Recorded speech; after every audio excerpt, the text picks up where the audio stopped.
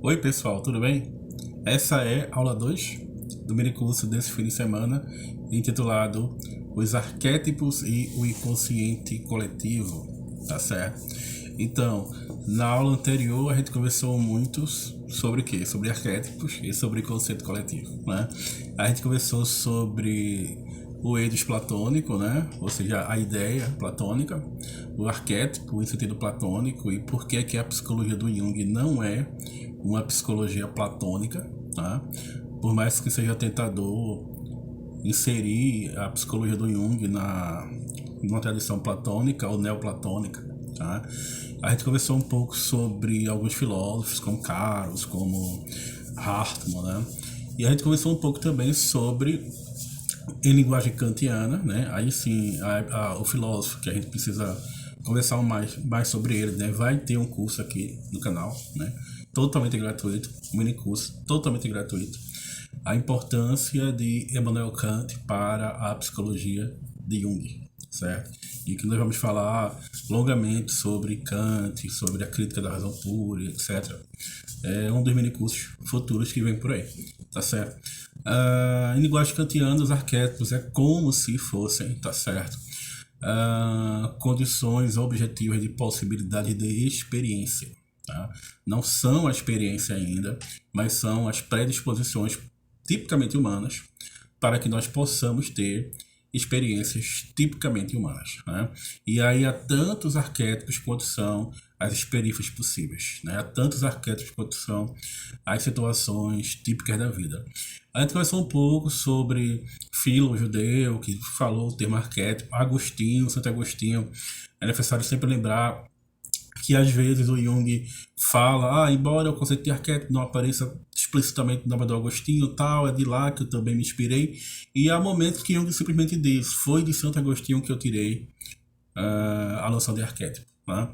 Santo Agostinho, um filósofo, que sempre foi um dos teólogos e filósofos da minha predileção, né, as confissões, e a confissão é um método terapêutico, aliás, talvez seja o único método terapêutico possível, né?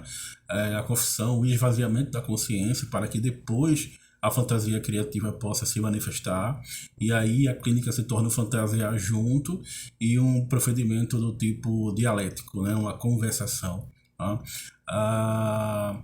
Santo Agostinho tem total importância também para o Jung nos livros negros, né? A passagem dos livros negros, que eu também já dei um mini curso aqui, aliás, eu dei um seminário sobre livros negros aqui, depois eu fiz uns 10 vídeos para complementar esse seminário sobre livros negros. O Santo Agostinho é um autor, um teólogo, um filósofo absolutamente fundamental também para o Jung, né?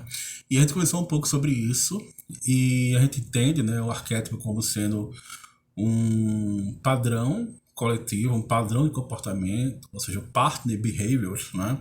Um padrão de comportamento coletivamente herdado, historicamente herdado, mas que não se reduz apenas às estruturas históricas, né? O arquétipo tem uma tradução também transhistórica, né? Transtemporal, né? São como que categorias a priori em relação a mim e a você, em relação aos indivíduos, né? Porque quando a gente já nasce com uma predisposição que nós herdamos, da psique, né? Ou seja, da psique quanto um órgão que tem a sua história, tá certo? Mas a gente também precisa conversar um pouco sobre as representações coletivas, né? A forma como Jung entende a cultura, a organização social, a partir da etnologia francesa, né? É importante a leitura que Jung faz de Marcel Mauss, né? A noção de sacrifício, né? Que por sinal está no volume Símbolos da Transformação.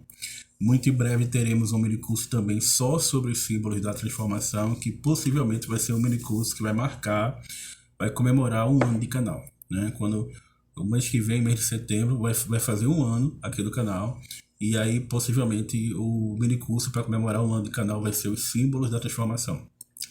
Uma coisa que me chama a atenção, pessoal, e que eu não vejo as pessoas comentando, é que eu sou sociólogo, certo? Então, por exemplo, a vida inteira eu estudei a obra do Durkheim, claro, né? Sociólogo que não estuda Durkheim, né?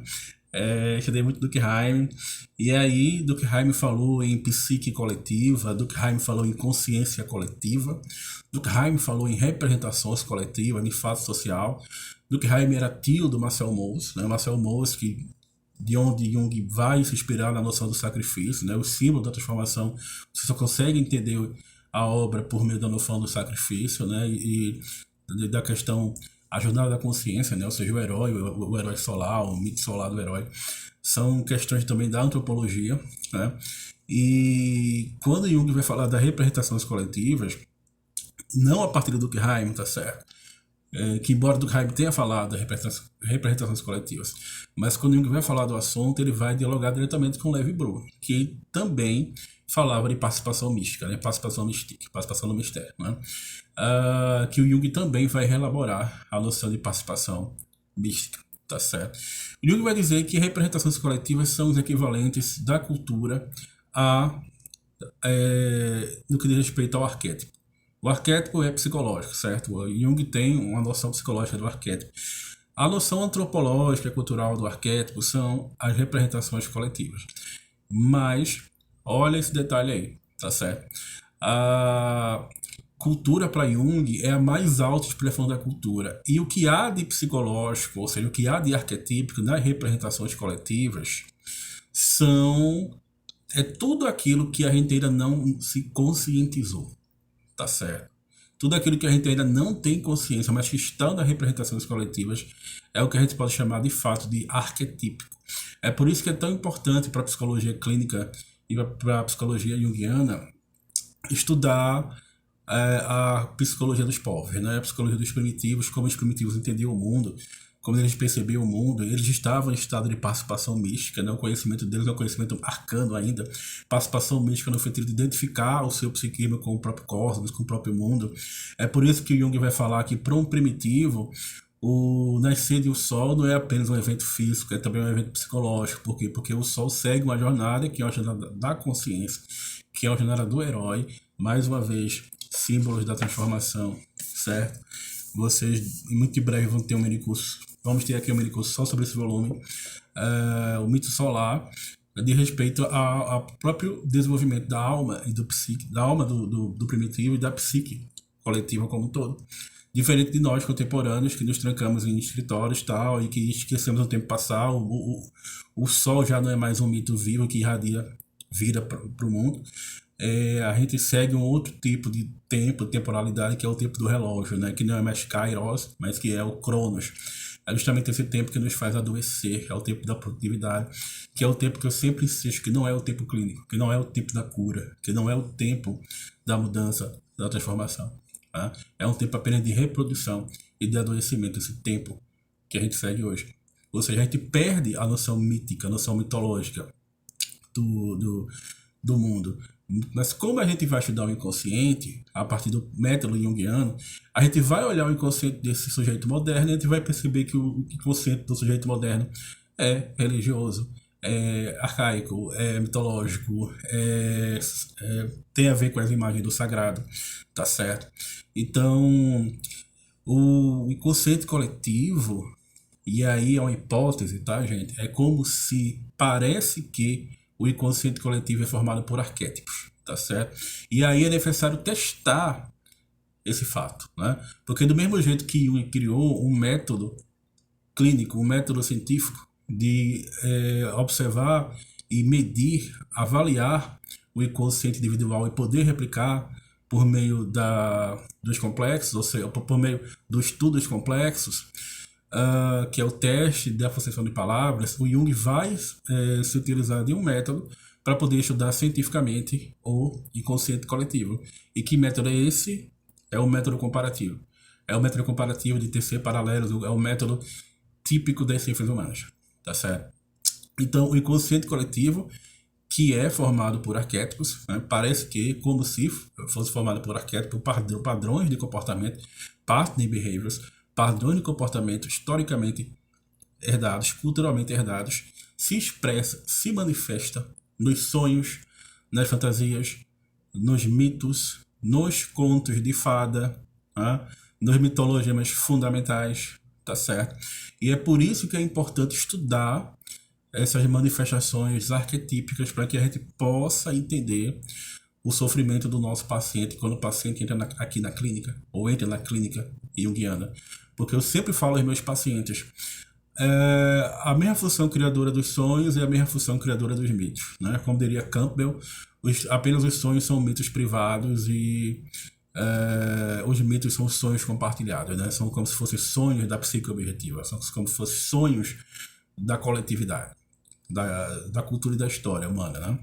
Sonhos das sociedades antigas e atuais. Né? A humanidade lançou temas, problemas, motivos mitológicos, motivos de vida, motivos de existência, e agora a psique está agindo sobre você, que é paciente, que está sofrendo, que está diante do sofrimento objetivo, para que você possa responder uma questão fundamentalmente humana. E a gente vai estudar o teu mito, pessoal, o monomito, como se expressa na tua vida, fazendo um paralelo com os mitos existentes em várias culturas que vão dar respostas a um problema que você está vivendo agora, mas que é mais importante do que isso, é que você mesmo responda. Por quê? Porque chegou a tua vez de responder. E o processo de cura, o processo de transformar essa dor em força psicológica para viver, em sentido da vida, é você responder a essas questões que estão sendo colocadas para você. Eu, enquanto analista junguiano, eu, enquanto aquele que faço análise com você, aquele que pratica análise junguiana, eu vou te ajudar, tá certo? A você realizar esse confronto com as imagens do inconsciente e a você realizar, logo depois, o confronto com o mundo, certo? E se você vencer o confronto com o inconsciente, você vai vencer o confronto com o mundo, tá certo? Os mitos, o Jung vai dizer que para se entender o mito, pensou-se em tudo menos na alma, tá certo? Mitos são projeções do inconsciente coletivo, são projeções da psique coletiva, são projeções da psique objetiva. E mitos, pelos seus paralelos, se nós podemos estudá-los, quando nós vamos estudá-los pelo método comparativo, nós podemos constituir, por meio deles, um estudo comparativo da própria psique. Ou seja, o estudo da mitologia, para Jung, é um estudo da anatomia comparada da alma. Nós podemos comparar a anatomia da psique, desse grande órgão, por meio dos mitos, dos motivos mitológicos que se manifestam e que se representam, né? Culturalmente. E o Jung, por exemplo, vai falar de um motivo muito clássico, que é a mandala, né? O que é o mandala? Mandala em sânscrito significa círculo, né? É uma antítese, é um antídoto ou antítese para estados mentais caóticos. Jung observou que a mandala, ou o mandala, como ele se refere de modo específico, é uma tentativa da própria psique se autocurar, tá certo? Sempre que as pessoas estão em estados caóticos, elas tendem a produzir estados mentais caóticos, elas tendem a produzir mandalas nos seus sonhos, nos seus desenhos, no seu instinto criativo. E isso é um sinal de que a psique está tentando se autorregular novamente, tentando se autocontrolar. O mandala é um motivo que você encontra em todas as culturas. Na tribo de índio, você vê o índio mora onde? O índio mora na oca. E a oca nada mais é que um círculo. Por quê? Porque o índio teme o contato com a natureza. A gente tem uma visão russoniana do índio, né? De que o índio está totalmente adaptado à natureza, mas ele constrói a oca, o círculo, o mandala de proteção para se proteger do mundo natural, que é o mundo hostil, que é um mundo tão belo quanto terrível, de onde emerge a nossa própria psique e a psique humana, né? E aí, gente, motivos mitológicos, motivos arquetípicos que estão nos contos de fada, a viagem do herói, a jornada do herói, a viagem de barco, a luta contra o dragão, o tesouro difícil de encontrar, o grande mal que nos engole, né? O grande mal devorador, a criança divina, que é uma mitologia presente em várias culturas, em várias sociedades, em várias épocas, né? Arquétipos de fugas mágicas, né? Arquétipos de ressurreição, de morte, de ressurreição. Você pode observar que várias culturas, várias tradições religiosas vão desenvolver, vão trabalhar temas muito semelhantes. E esses temas muito semelhantes, do ponto de vista dos paralelos, são arquétipos. É por isso que a gente precisa utilizar essa percepção arquetípica para aproximar os paralelos, para que esses paralelos possam traçar uma estrutura geral humana, na qual o nosso próprio psiquismo e a nossa própria psique repousa, mas repousa de modo ativo, ou seja, paradoxalmente está em atividade, né? Gerando atividade e energia psíquica. Né? Então é isso. Nessa aula 2, esse mini curso está sendo bem suave, pelo que eu estou percebendo, está sendo bem, acho até relaxante, light, tá certo? E divulgue esse mini curso. Vamos continuar conversando sobre os arquétipos e o inconsciente coletivo no mini curso Relâmpago, tá bem? Comentem, deem like e espalhem esse conteúdo para aquelas pessoas que vocês acham que podem se interessar ou se beneficiar, tá bom? Desses conteúdos que estamos tratando. É isso. Muito obrigado. Até a próxima aula.